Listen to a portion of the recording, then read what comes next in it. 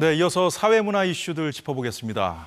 저희 뒤 화면에 나와 있는 인물, 이른바 개통령으로 불리는 강영욱 훈련사입니다. 최근 강영욱 씨를 둘러싼 논란이 확산하고 있습니다. 강 씨가 대표로 있는 회사의 전 직원들이라면서 강 씨가 갑질을 했다, 가스라이팅을 했다고 주장하고 나선 건데요.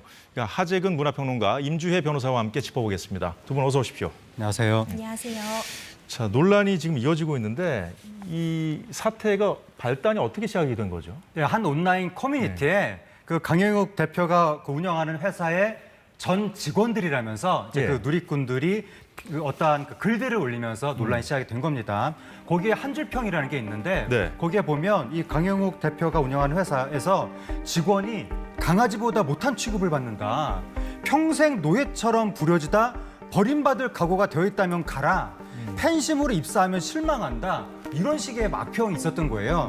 그런 한편으로는 장점도 있었는데 장점이 뭐가 소개됐느냐면 거기 가면 강아지를 볼 수 있다. 대표가 유명하고 연예인을 본다. 또 동종업계 최대 규모의 시스템을 한때 가지고 있었기 때문에 많은 경험을 할 수 있다. 이러한 장점이 제시가 됐거든요. 근데 단점도 제시가 됐는데 거기가 부부가 운영하는 회사인데 두 부부가 직원들을 이간질하고 뒷담화한다. 직원들을 소모품 취급하고 가스라이팅한다. 심지어 어떤 전 직원이라는 사람은 거기서 퇴사하고 공황장애, 불안장애 등으로 정신과에서 치료를 받았다. 이런 주장까지 올라오면서 이게 논란이 시작이 된 겁니다. 자, 임주혜 변호사님, 이게 이 일이 왜 이렇게 커진 겁니까? 네, 일이 더 커지게 된 그 계기라고 한다면요. 퇴사자인 한 직원이 언론과의 인터뷰를 통해서 보다 좀 더 충격적인 이야기를 전해왔기 때문인데요. 일단 퇴사자, 일단 일방의 주장이라는 점도 다시 한번 알려드리면서요. 이 A씨는요, 강 대표가 이제 직원들에게 폭언을 해왔다 이런 주장을 펼치고 있습니다. 너는 훈련도 못하고 아무것도 못하는 사람이다. 숨도 쉬지 마라. 너는 뭐 벌레보다도 못하다. 이렇게 좀 충격적인 이야기들이 전해지고 있고요. 심지어 이제 개 목줄을 던지는 그런 일들도 비일비재했다. 이렇게 전해지고 있습니다. 그리고 또 한 가지 또 다른 직원은요. 마지막 급여로 해당 그 회사로부터 9,670원을 받았다고 하는데요. 살면서 그런 경우는 처음이었다. 그러면서 너무 수치스럽고 견딜 수가 없어서 고용노동청에 신고를 했더니 그 고용노동청을 통해서 이 강영욱 측의 입장을 들어보니 제대로 너가 근무를 하지 못한 부분에 대해서 차감이 있어서 급여를 깎았다. 이런 설명을 들었다고 하고요. 이후 노동청을 통해서 세 차례에 걸쳐 기본급과 이렇게 추가 수당 등은 받았지만 그 당시에 정말 다시는 떠올리고 싶지 않은 기억이었다. 이렇게 또 충격적인 내용을 전하기도 했습니다. 예, 변호사님 말씀하셨지만 어디까지나 전 직원의 주장이라는 점을 다시 한번 말씀드리고요. 이런 직원들 주장 가운데 회사에 입사할 때 작성하라고 했다는 동의서가 하나 있었다고 하는데요. 사내 메신저 프로그램은 회사의 소유임을 확인하고 또 위 사내망을 통해서 송수신된 정보를 회사가 열람하는 것에 동의한다는 내용입니다. 자, 하재근 평론가님. 자, CCTV로 감시당하고 있다. 그리고 또 메신저 대화 내용도 감시당했다. 이런 주장도 나왔는데 이게 사실이라면 좀 이게 좀 놀라운 그런 일들이잖아요. 그러니까 문제가 있는 거죠. 뭐 어느 회사에 뭐 CCTV가 있을 뭐 경우도 있고 회사 업무용 메신저가 있을 수도 있지만 그게 그 직원들이 체감하기로 자신이 뭐 감시당한다고 느낄 정도로 누가 지켜본다. 이거는 말이 안 되는 거거든요. 근데 지금 제보자들이 주장하는 것이 근무하다가 자기가 휴대전화만 딱 들여다봐도 순간 경고 메시지가 날라오더라. 누가 날 계속 지켜보고 있다는 얘기 아니냐. 그렇군요. 그래서 감시당한다는 이야기가 나오는 건데 그러니까 물론 이거는 주장이니까 과연 강영욱 대표 측에서는 어떻게 해명을 할지 지켜봐야 되는데 어쨌든 그 전 직원이라는 분들은 이러한 압박감을 받다 보니까 심지어 정신과 치료까지 받게 됐다. 그렇게 주장하고 있는 상황입니다. 자, 임주혜 변호사님, 법적 문제는 없는 겁니까? 만약에 사실이라면. 그렇죠. 일반적으로 우리가 직장에 보면은요, CCTV 같은 경우 설치되어 있는 경우 많습니다. 일단 안전상의 이유라면 어떻게 보면 당연하게 가능하겠지만 경우에 따라서는 근태 등을 확인하기 위해서 CCTV가 설치되어 있는 경우도 있고요. 사내 메신저의 경우도 마찬가지입니다. 뭐 업무상 내용이 포함된 경우도 대부분이지만 사실상 이 사내 메신저를 통해서 사담도 나누는 경우가 있는데 이것들을 다 회사에서 모니터링할 수 있는지에 대해서 기본적으로 일단 직원들의 동의를 얻어서 이런 부분을 설치하고 모니터링하는 것은 필수적이고요. 이 CCTV만 보더라도 기본적으로 고용노동부의 그런 가이드라인에 따르면요. CCTV로 아무리 직원들을 이렇게 관찰한다, 뭐 감시한다 하더라도 지나친 경우 지금 뭐 간식을 먹는 부분까지도 CCTV로 확인을 하고 중간 관리자가 이에 대해서 제재를 하는 경우 이것은 어떤 직장 내 괴롭힘에 해당한다고 보고 있거든요. 네. 그렇기 때문에 이런 것들이 설치되어 있고 동의를 받았다고 하더라도 반드시 지킬 선이라는 것은 존재하고 있기 때문에 그렇죠. 예. 이번 사안의 경우에도 사실관계에 따라서 과연 이런 부분, 과도한 부분이 있었는지는 좀 더 조사가 필요해 보입니다. 저희가 어디까지나 주장이라고 강조를 계속 해드렸습니다만 이게 계속 그 이슈화되고 있고 지금 일이 사태가 커졌는데 네. 그 강영욱 씨 본인이 입장을 지금 내놓지 않고 있죠. 네, 그러니까 강영욱 대표가 뭔가 좀 해명을 해야 될 텐데 지금 그 제보자들의 주장만 나와 있고 강영욱 대표가 언론 보도에 따르면 강영욱 대표한테 뭔가 질의를 했으나 응답이 오지 않았다. 이런 식의 보도만 나오고 있거든요. 그렇군요. 그렇다 보니까 우리가 어떤 논란이 있을 때 그 논란의 당사자가 해명을 하지 않으면 뭔가 그 의혹을 인정하는 거 아니냐 그런 생각들을 많이 하는데 하지만 또 이 얼마 전에 하이브 민진 사태 때 보면 처음에 민진 대표가 침묵을 지켜서 의혹을 인정하는가 예. 했다가 기자회견을 하면서 또 분위기를 뭐 뒤집었던 그랬었죠. 사례도 네. 있었기 때문에 강영욱 대표가 어떻게 대응할지 좀 더 지켜봐야 될 것 같습니다. 강영욱 씨의 침묵 어떻게 보세요, 변호사님? 그렇죠. 지금 상황에서는 사실 억울한 부분이 있다면 사실관계를 바로잡을 필요도 있어 보이고요. 네. 만약 이런 부분이 사실이라면 일단 사과가 선행돼야 될 부분도 있어 보입니다. 일단 아직까지는 제대로 된 어떤 사건 관계, 사실관계가 다 확인이 되지 않았기 때문에 조심스럽게 말씀드릴 수밖에 없지만 직장 내 괴롭힘 문제 굉장히 심각한 문제로 지적이 되고 있거든요. 예. 지금 피해자가 존재한다면은 이런 부분에 대해서 서로 오해가 있다면 대화를 통해서 일단 한번 풀어보는 과정도 필요할 것 같고요. 지금 이 회사에서 정말 어떤 일이 일어나는 건지 이제 강영욱 씨가 본인의 입장을 좀 밝힐 때가 아닌가, 공이 다시 본인에게 넘어온 것이 아닌가 예. 이런 생각이 듭니다. 예, 잘 들었습니다. 다음 주제 넘어가 보죠. 영국 BBC가 최근에 2019년에 있었던 버닝썬 게이트의 뒷얘기를 다룬 다큐멘터리를 공개했습니다. 버닝썬 사건과 관련한 새로운 사실들이 담겨 파장을 일으키고 있는데요. 자, 임주혜 변호사님. 네. 이게 벌써 5년이나 흘렀어요. 그러니까 이제 좀 잊으신 분들도 좀 계실 것 같아서 버닝썬 게이트 어떤 사건인지 좀 정리해 주시죠. 네, 2019년도 정말 온 국민을 충격에 몰아넣었던 그런 사건입니다. 버닝썬 사건, 사실 이 사건의 맨 처음에는요, 단순히 클럽 앞에서 한 시민이 폭행을 당하면서 일어났습니다. 예. 근데 이 폭행 사건을 처리하는 과정에서 이 경찰의 대응이 매우 의아스러웠고 왜 폭행당한 시민이 아니라 오히려 폭행당하는 쪽을 도와주는 것 같냐 이런 의혹이 제기가 되게 된 거죠. 예. 그래서 이제 사건이 촉발되게 되었는데 그 과정에서 어떤 버닝썬과 경찰 간의 어떤 유착 관계가 있는 것이 아니냐는 의혹이 있었고요. 그러면서 뭐 성범죄 그리고 마약의 소굴이었다. 이 버닝썬이 논란의 핵심으로 떠올랐습니다.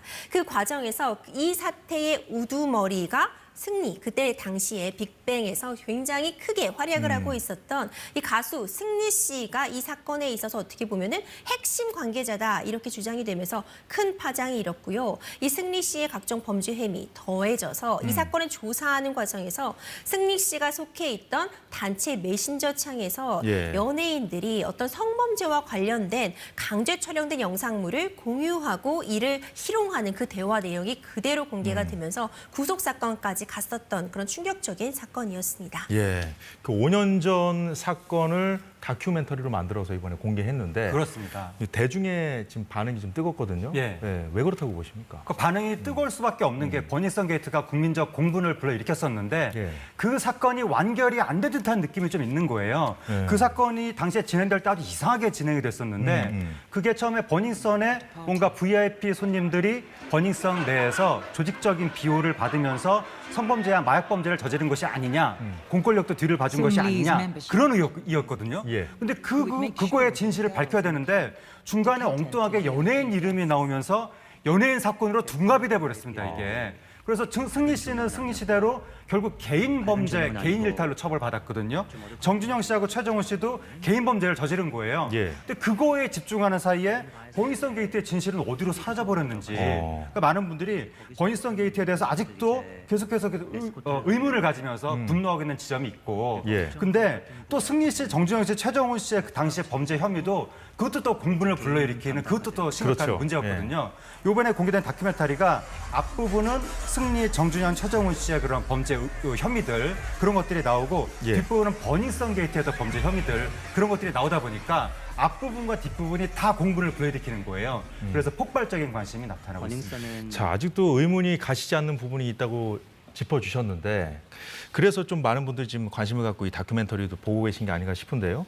새로운 사실들이 우리가 몰랐던 것들이 좀 담겨 있죠. 네, 그렇습니다. 충격적인 사실들 많이 담겨 있는데요. 먼저 일단 이 승리 씨와 최종훈 씨, 이 단체 채팅방이 정말 당시에 크게 문제가 돼 있었잖아요. 네. 이 사건 전후에 범행 전후에 나눈 이들의 실제 대화 내용들이 공개를 되면서 굉장히 공분을 사고 있습니다. 피해자를 조롱하고 그리고 피해자가 다쳤을지도 모르는 상황에서 오히려 나 너무 깜짝 놀랐잖아. 다친 줄 알았잖아. 하지만 가장 재미있었던 날이었다. 이렇게 말도 안 되는 대화 내용을 지금 주고받는 것이 그대로 확인이 되었고요. 네. 그런 부분 때문에 굉장히 공분을 사고 있고 뿐만 아니라 피해자 인터뷰도 새로 담겨 있습니다. 이 피해자 인터뷰 부분도 굉장히 가슴이 아픈데요. 범행 직후에 강제로 웃으면서 사진을 찍지 않으면 보내주지 않겠다고 해서 사진을 찍을 수밖에 없었고 결과적으로 이 사진이 이제 나중에 재판에 가서 이건 합의하에 있었던 성관계였다는 부분의 증거로 사용되어서 너무 가슴이 아프다. 이런 피해자의 그런 진술도 나와 있습니다. 그리고 뿐만 아니라 해당 그 전직 클럽에서 근무했던 근무자의 그런 인터뷰를 담겨 있는데요. 그때 당시에 참 문제가 되었던 것이 일명 물뽕이라고 하는 그 무생 무취의 신종 마약이 크게 문제가 되었는데 이런 부분에 대해서 이 술집에서 문이 닫히고 나면은 그 안에서 어떤 일이 일어나는지는 전혀 알 수가 없었다. 그렇기 때문에 실제로 이런 물뽕 등을 통한 범죄가 발생했을 가능성이 충분하다. 이런 지적들이 나오면서 굉장히 새로운 내용들도 충격을 자아내게 하는 내용들이 담겨 있었습니다. 예, 그 버닝썬 게이트가 당시에 충격을 줬던 또 하나의 그 이유는 그 경찰과의 유착 그 예. 의혹 아니었습니까? 예. 근데 그것과 관련해서 가수 고 구하라 씨가 뭐 활약을 했었다. 예. 그 사실이 뒤늦게 또 밝혀지지 않았습니까? 그게 일단 언론이 또 보도를 잘못하고 있는 부분인데 아까 제가 버닝썬 게이트가 연예인 사건으로 덮였다고 말씀드렸잖아요. 그러니까 구하라 씨가 도움을 준 부분은 연예인 사건 관련해서 도움을 준 건데 네. 어떤 도움을 준 거냐면 그 연예인들 단체 대화방에서 예. 경찰총장이라는 그건 키워드가 버닝썬 사태는 아니었고요, 그거는. 언론은 근데 버닝썬 사태로 보도하고 있습니다. 근데 엄밀히 말하면 다른 사건인데 네. 어쨌든 그 연예인들 단체 대화방에서 경찰총장이라는 키워드가 등장한 거예요. 윤규근 전 총장. 예, 근데 경찰총장이라고 하니까 아니 검찰총장도 아니고 경찰총장이 누구냐 예. 그렇게 이제 궁금증에 빠져 있었는데 네. 그때 구하라 씨가 해당 사건을 취재하던 기자한테 스스로 먼저 연락을 했다는 겁니다. 내가 그 경찰총장이 누군지 밝힐 수 있게 도와주겠다라고 하면서 당시에 그 최종훈 씨가 구하라 씨가 아는 사람이었기 때문에 구하라 씨가 직접 최종훈 씨한테 연락해서 경찰총장이 누군지 말을 해라. 그렇게 얘기를 했다는 거예요. 그래서 결국 그 경찰총장은 한 총경인 것으로 밝혀지게 된 것이고 그러니까 밝혀지기 전에 구하라 씨가 그런 역할을 했다는 그 역할을 했다는 거죠. 그리고 구하라 씨가 그렇게 도와준 이유는 바로 구하라 씨 자신이 불법 촬영물의 피해자였다. 근데 이게 그 연예인들 그지 뭐 승리 씨라든가 뭐 정준영 씨라든가 이런 연예인들의 범죄도 그렇고 예. 버닝썬 게이트도 그렇고 다 여성들의 성범죄나 불법 촬영 피해 사건이었거든요. 네네네. 구하라 씨도 그렇다 보니까 거기에 대해서 공감을 했던 것 같고 많은 누리꾼들도 여기에 대해서 공감하고 공분하고 있습니다.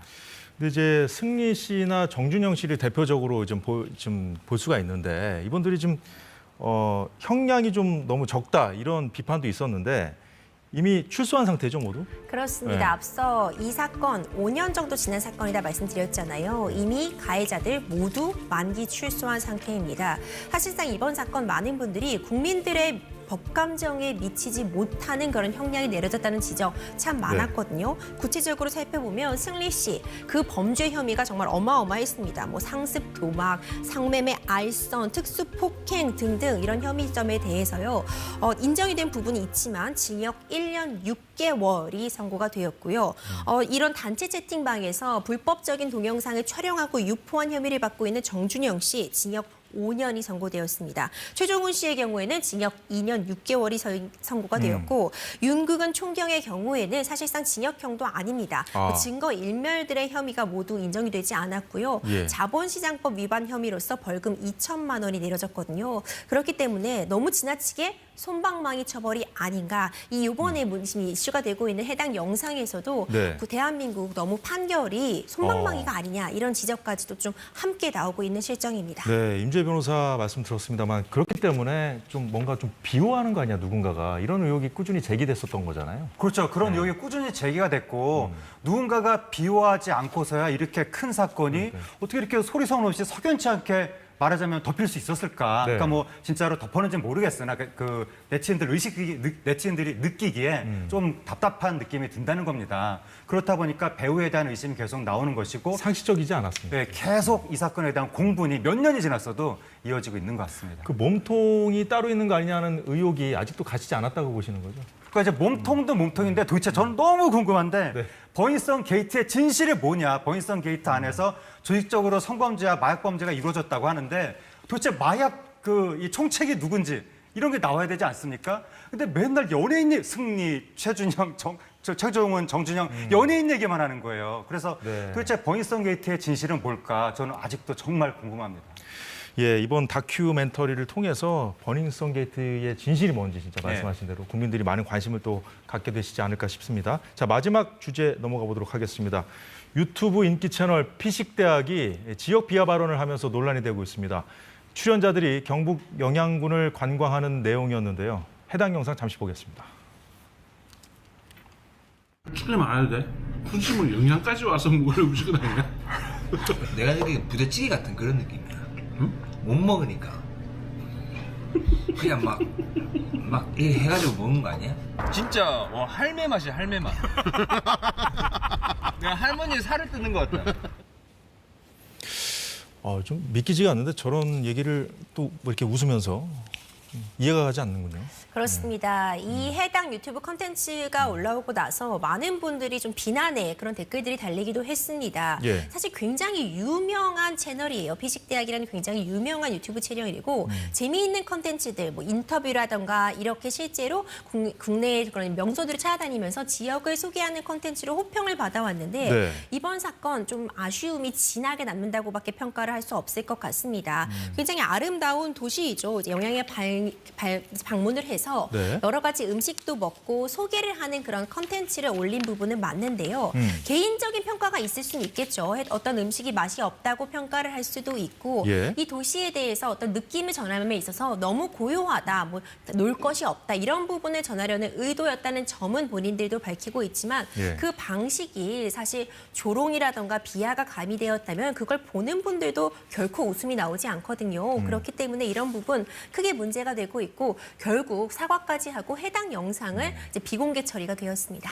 예, 뭐 개인 평가야 자유지만 네. 그 방식, 표현이 예. 조금 지나치지 않았냐 이렇게 짚어주셨거든요. 예. 어떻게 보셨어요? 그러니까 이제 평가가 설사 뭐 진솔한 개인의 의견이라 하더라도 이제 문제가 상호가 나왔다는 거거든요. 상호가 분명히 공개가 됐을 때는 내 평가로 인해서 피해를 줄 수 있으니까 진솔한 평가라 하더라도 조심해야 될 판인데 문제는 여기 보니까 네. 진솔한 평가도 아니었던 거 아니냐. 사과문이 나왔거든요. 그러니까 저런 식으로 진솔한 평가를 하진 않죠. 그렇죠. 그러니까 사과문에 뭐라고 돼 있냐면 콘텐츠적인 재미를 가져오기 위해 무리한 표현들을 했다.